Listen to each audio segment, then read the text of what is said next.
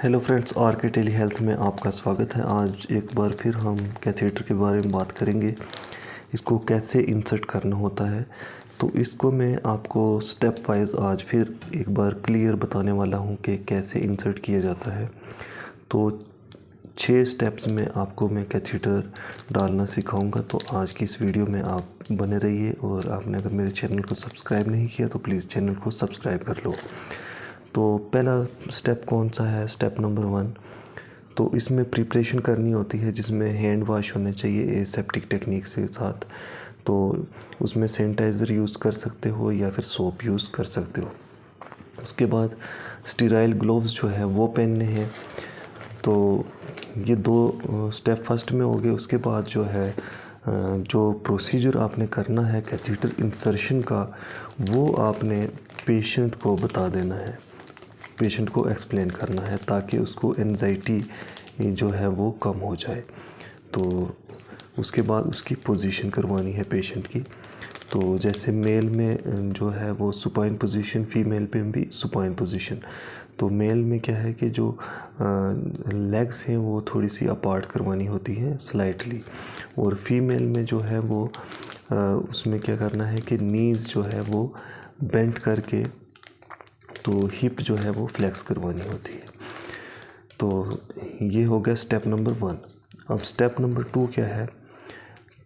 Catheter की जो है वो ट्रे जो है वो प्रिपेयर करनी है। तो ट्रे में क्या क्या होता है? एक ये फॉली कैथेटर हो गया, तो इसका साइज़ जो है वो पेशेंट के हिसाब से रखना है। उसके बाद लुब्रिकेंट रखनी है, जेली रखनी है आपने। तो एंटीसेप्टिक सॉल्यूशन होगी, जैसे बीटाडीन होगी। तो उसके बाद स्टीराइल ड्रेप्स हो गए, जो स्टीराइल शीटें होनी चाहिए। तो उसमें लेनिन की शीट्स आप रख सकते हैं। तो फिर सिरिंज होनी चाहिए, और स्टीराइल वाटर होना चाहिए 10 से 12 ml। फिर साथ में एक कलेक्शन बैग होना चाहिए, और फोर्सेप्स और स्पंज होल्डर, ये भी आपको ज़रूरत पड़ सकती है। तो ये स्टेप नंबर 2 में जो है कैथेटराइजेशन ट्रे जो है वो प्रिपेयर करनी है। उसके बाद स्टेप नंबर 3। स्टेप नंबर 3 में क्या है कि कैथेटर की जो टिप है, तो इसको लुब्रिकेट करना है। 5 से 10 सेंटीमीटर तक जो है आपने इसको लुब्रिकेट करना है। Step number 4। तो स्टेप नंबर 4 में क्या होगा? Hold the patient penis. Penis जो है वो होल्ड करना है 90 डिग्री एंगल। तो फिर उसमें इंसर्ट कैथेटर करना है आपने बहुत स्लोली एंड जेंटली, जब तक उसमें यूरिन आ ना जाए। यूजुअली आपने कितना इसको इंसर्ट करना होता है? 17 से लेके 22 सेंटीमीटर तक। और जो है फीमेल में आप जेंटली जो है उसकी सेपरेट करनी है लेबिया, और फिर स्मूथली आपने उसको इंसर्ट करना है जब तक उसमें यूरिन पास होता। और फिर उसके बाद आ गया स्टेप नंबर 5, बैलून इन्फ्लेशन। तो आप यहाँ से इसका बैलून जो है वो इन्फ्लेट करते हैं, तो इसमें इन्फ्लेट हो जाता है। ये स्टेप नंबर 5 में हो गया। तो इसमें बैलून इन्फ्लेशन कैसे करनी है? इसके साथ सिरिंज इंसर्ट आपने कनेक्ट करनी है, जो आपने 10 ml स्टीराइल वाटर से भरी थी, तो वो आपने इसमें इन्फ्लेट कर देनी है।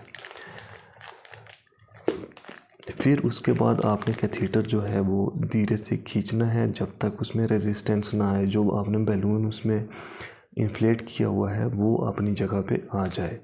तो फिर जो ये कैथेटर है बैलून की मदद से बाहर नहीं आ सकता है। उसके बाद आपने ये कैथेटर आपने यूरिन कलेक्शन बैग के साथ कनेक्ट कर देना है। ये हो गया स्टेप 5 कंप्लीट। तो स्टेप नंबर 6 क्या है? कैथेटर को सिक्योर करना है पेशेंट की थाइज़ के साथ। ये उसमें आप कैथेटर होल्डर का भी यूज़ कर सकते हैं, या फिर एडिसिव टेप का भी यूज़ कर सकते हैं। उसके बाद यूरिन बैग को जो है वो आपने पोजीशन करवानी है। वो पेशेंट के ब्लैडर के लेवल से नीचे होना चाहिए जो यूरिन बैग है। तो ये हो गया जो है स्टेप नंबर 6। तो स्टेप नंबर 7 भी है इसमें, वो भी बहुत ज़रूरी है, क्योंकि वो आपने पिछली वीडियो में नहीं देखा होगा तो यहाँ पे मैं आपको बताने वाला हूँ। तो स्टेप नंबर 7 जो है वो है नोट्स डॉक्यूमेंटेशन। तो आपने पेशेंट को कैथेटर कौन से साइज़ का डाला है वो साइज़ उसमें चार्ट करना है। उसमें आपने स्टीराइल वाटर कितना बैलून को इन्फ्लेट किया है वो आपने क्वांटिटी लिखनी है। उसके बाद पेशेंट की यूरिन आउटपुट कितनी है वो लिखनी है। पेशेंट कंफर्ट है या नहीं है तो वो भी आपने लिखना है। तो ये हो गया स्टेप नंबर 7।